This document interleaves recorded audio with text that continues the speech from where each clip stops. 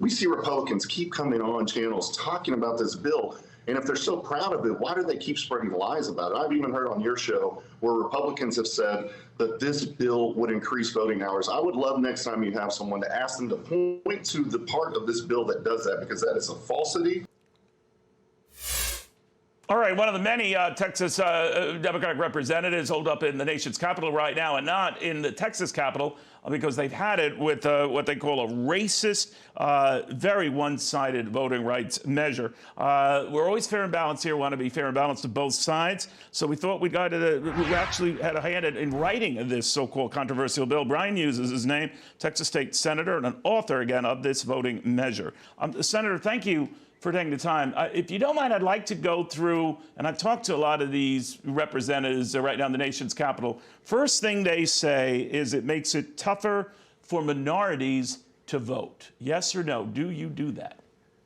Of course not. That's crazy. And if I may specifically address the charge just made, look at page 10 of the bill, and you'll find early voting hours expanded for 55 counties in Texas. We already require early voting to be 12 hours for our larger counties. This expands it to 55 more counties. Page 10 and 11, we expand weekend hours. We require it of more counties. And Sunday voting, we expand from a minimum 5 hours to at least 6 hours. So if you want page and line, look at page 10, page 11 of the bill, spelled out pretty clearly. To suggest that this is anything but reasonable, common sense measures is just false. In fact, the measures in this bill largely come from complaints we received from Latino voters, from black voters, from folks who've said, my vote was stolen, they misled me, they tried to cheat me. That's what this bill is about, and to say anything else is just completely false. All right, well, they come to a different math than you do, and I'm just thinking, I have no horse in this race, including a ban on 24-hour voting. Now, I know that was instituted, obviously, in the height of the pandemic. Is there 24-hour voting now? Are there accommodations that are made to those who like that idea and found it a lot easier? 24-hour voting is not in the election code. It never has been. One county that we know of tried that, and there was testimony it didn't work so well. Difficulty finding poll workers, even more difficulty finding poll watchers. And let's talk about folks who have to work for a living, my constituents. This bill for the first time says if you need to get off work for early voting, your employer has to let you off. We've never had that protection for early voting, only Election Day. What if you get there late and you're in line when the polls close? Now in Texas law, under Election Day, you have to be allowed to vote. But this bill for the first time says for early voting. You get there before the polls close and you will be allowed to vote. We're expanding weekend voting to more counties. Extending. I'm sorry I'm jumping on because I want to get to their core arguments. They knew I would have you on, so I do want to be fair to you. Okay. This idea of mailing unrequested applications in the future will be blocked. I don't know what the procedure is now, but they fear that what this is a signal is that you don't want to send it out to Democratic constituencies, and you don't want them to vote. So what is the status of unrequested applications to vote?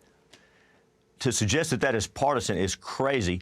Most of our early voters tend to be older voters who tend to be Republicans. That's a silly suggestion, but here's the procedure. In Texas, we like folks to vote in person. That's the safest place, most secure place. That's what we're used to. You have a secret private ballot in that polling place, in the booth. But early voting is available if you're 65 or over, if you're going to be out of the county, or you have a disability. That is not changing. What this bill says is that the county elections office doesn't send unsolicited mail ballot applications to folks who don't want them. Now, campaigns can send them, parties can send them, private parties, League of Women Voters, they still can. But the official county elections office, they don't send those unsolicited. There was testimony that was confusing to voters. And again, anybody who wants a mail ballot can get one. All right, so this other issue of poll watchers, partisan poll watchers at that, and it would extend to Democrats and Republicans, but that they would have more freedom to police voting places. Democrats interpreted that to intimidate those at those polling places. Can you clarify?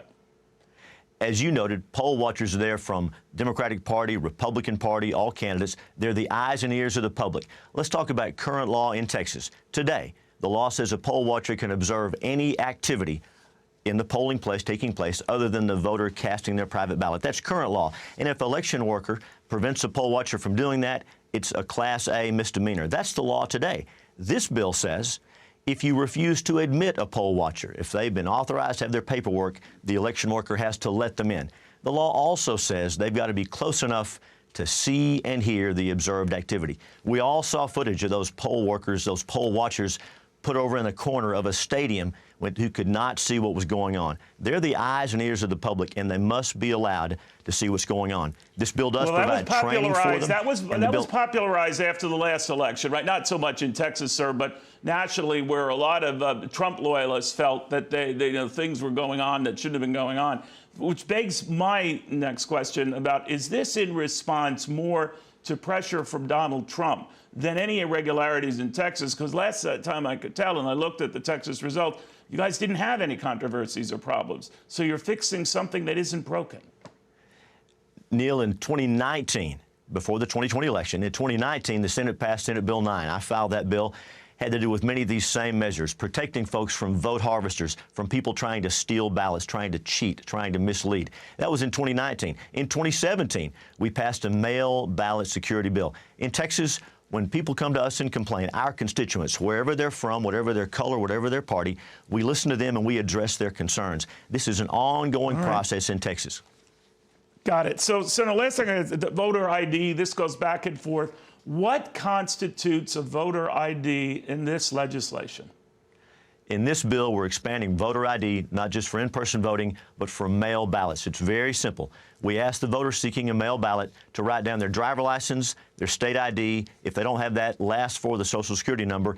And we'll even give them at no charge a voting ID if they need that. They write that number on the application for ballot by mail. So when Democrats say that by requiring this for mail-in ballots now, which is something you didn't before, that you're trying to limit their participation, you say? Neil, they said the same thing for in-person voter ID. They said this is going to suppress the vote. It's terrible. And what happened? We did voter ID, and turnout increased across the state in every sector. That's a silly argument. Most people are in favor of voter ID because it's common sense protecting that voter. Finally, Senator, I appreciate you're going through these. This notion of the 51 Democratic legislators who refuse to come back. Do you think they should be arrested when they return? Texas law is very clear. A quorum has to be present for us to do the people's business. And the law gives the authority there to arrest them and bring them back. So you bet. And the same thing should happen to me. If I'm leaving to try to defeat a quorum, I am subject to arrest. We took an oath to do the people's business, and we should do it. All right. Bryan Hughes, keep us posted on this. The Texas State Senator, author of this voting bill. We iron out some of the more controversial provisions, here from Democrats, here from Republicans. It's the only way we're going to do it on this show or any of the shows I do, fair and balanced, hear from everyone. That is our only agenda, to make sure you get all the facts.